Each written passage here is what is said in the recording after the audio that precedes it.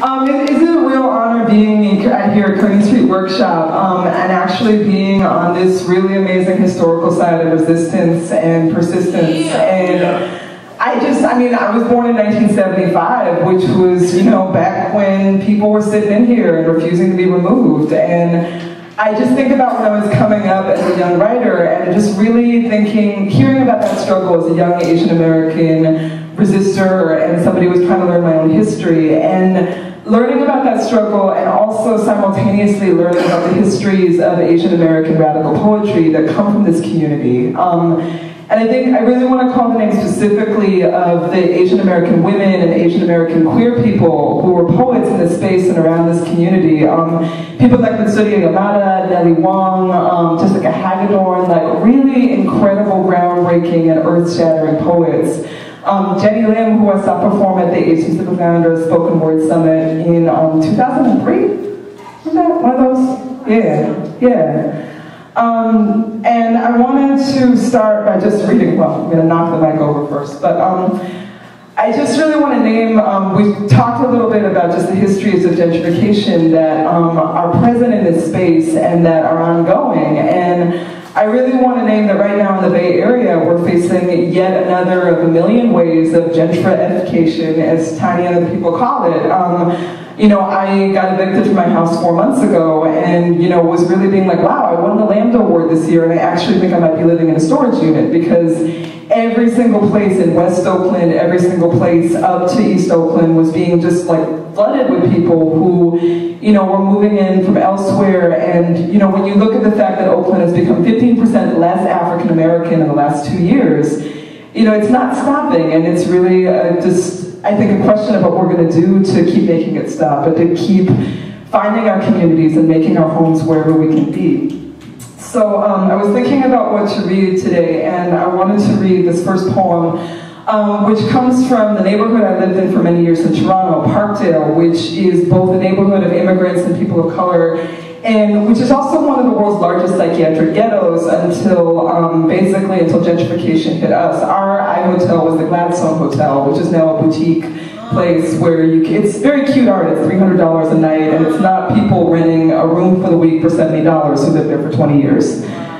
So I wrote this actually 10 years ago when the gentrification that was hitting our communities there, which was so rich, it was like working class South Asians and Filipinos and Caribbean folks and people who had been deinstitutionalized from mental health facilities, who formed the psychiatric survivor movement and were marching against forced electroshock and horrible conditions in boarding homes. And just this amazing place of real resistance that then became a place, which is what often happens with gentrification, of fake resistance and kind of, like that sort of thing. So this is called Irresistible, and it's a memory of that time and place.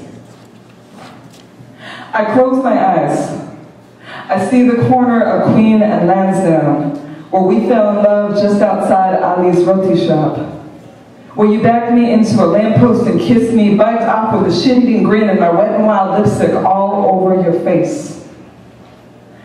Generations of our parents made home here, in these hardcore cockroach Jameson Avenue apartments, Jaffna curry in our bellies, browning Polaroids of back home. I had your head in my lap so many afternoons, eating $2.99 eggs and coffee at the Tennessee since 1953. Its ripped couches fixed with duct tape, just like my uncle's house. Until one day their sign was down, newspaper covering the windows. Landmarks fell irresistible to wrecking balls and galleries, like rotting teeth pulled because welfare won't pay for filling them. They cashed in on this beauty we danced out of nothing until I couldn't recognize my home. If we couldn't have Sri Lanka, at least they should let us have this, these small 10 blocks of city. But they make us pack up and leave every generation until the idea of a village is impossible. The idea of being from any place for 300 years ridiculous. This land, we claimed ours with every tired step home from the subway, every breath full of smog and ashes. Some things can't be measured in money. Railroad tracks and empty lots are where cities go to dream, where we did. You and me, each other's home, dream oceans, the smell of Jaffna curry and old photographs. This is where it felt like the streets buzzed so hard, they might just crack and rise from the concrete and float. Thank you.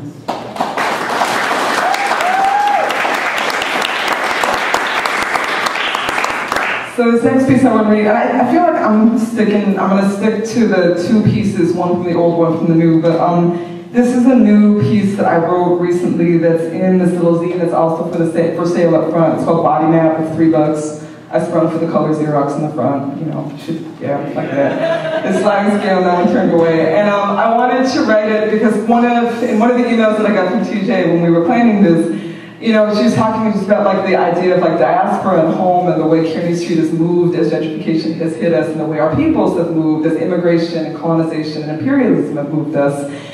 And I really want to share this poem, which is a persona poem in my father's voice. My father is a very beautiful, closeted queer Sri Lankan man who was living in London in 1969 on British Commonwealth status because he'd been born in Sri Lanka before independence and had been living with who I call his boyfriend, David, who my mother always referred to as that very pretty man from Trinidad who was your dad's roommate for 10 years. And then he lost status, and then he was a brown man in London in 1969, and his choices were to go back to Sri Lanka and do 7 years military service, which wouldn't really do for a lot of reasons, or to marry this kind of white, working class, pretty traumatized person who was my mom, who happened to be in London at the same time. And like a lot of us, like I think of that Sherman Alexie poem about what will it take for us to forgive our fathers. And I've had a really complicated relationship with my dad. But thinking about his life and thinking about being his queer daughter of his queer Sri Lankanness made me want to write this poem. So this is called My Father, Christmas Day, 1991. As I come down the stairs in ripped jeans and that Jane's Addiction t-shirt with all the naked people on it. Which, you can tell this from the 90s by that reference. And this is in his voice. I'm tense. I want her to take off those ripped jeans, that obscene t-shirt, and put on something else. It's Christmas and this is not what I wanted for my life. This little red-like woman I'm married to, this angular, glaring daughter, one shade lighter than me, who hates me in her terrible green hair. I want to drink. I want to be alone in the basement with my tumbler of Johnny Walker, the History Channel on low, something educational about Winston Churchill, some nice white man from the country that was the last place I felt happy, which was 20 years ago. The dull, humid cool of the beige wall-to-wall from the factory outlet, the old brown and orange nylon plaid couch, my comic books, and a bar painted thick brown that no one in the family uses but me. I don't want to be near my parents either. I don't want to think about them or write back to their thin blue aerogram letters to Melbourne or pick up the phone when they call in that tiny window between our time zones and half a world away when we're both awake. I don't want to think about my desire, or how I tell the neighbors I'm Portuguese sometimes, or how far away I am from everything I knew. I lock it all in a box, my gender, my history, my parents, every single island I grew up on, to be able to live in this vinyl siding house surrounded by people I hate, snow I hate, everything I hate but beer, TV, and silence. It's easy enough to put one foot in front of another, through my days of paycheck, and then no paycheck, and fuming, twisting, barking orders, at this wife who works 2 jobs when I can't find any, and puts a line of pillows down the middle of the bed so we never touch. But I sleep in the basement so I can masturbate in peace, and sleep my 5 hours, and wake up to take the commuter rail to someplace that's at least a city, with coffee, and then I can look out in the bathroom of Filene's basement on my lunch break. But there she comes, this angry brown daughter, who looks sort of like me, except she despises me for how I drive the car too fast, shout her down for all her smart-ass remarks. I don't know if she knows I learned how to drive the week before her mother gave birth to her. There were always Trashaw's buses and the London Underground where I grew up. I try to talk to her in the car, but she turns up the volume of her yellow Walkman so loud so she can't even hear my voice. And I know one day soon, as soon as she's done getting away from me the way I couldn't, she's gonna go to another country with a big bag of clothes and a notebook, just like I did, and not take our calls, not answer our letters. She's gonna go one step further and change her phone number, unlist it from the book, change her name to something she says is both of ours. She found researching her senior thesis on mixed-race Sri Lankan women, which I could have told her if she just asked me. I think she will like women, or like tender-leaning boys who I would have liked to like too. Like that one with his ringlets who shows up at the house with a hash brownie and roses for her. My daughter's gonna leave me here with this silence, Johnny Walker, the History Channel, the wren-like woman getting quieter and quieter. My daughter's gonna write a letter saying things I never dared to say to my parents and close the door of the basement gently, firmly in my face.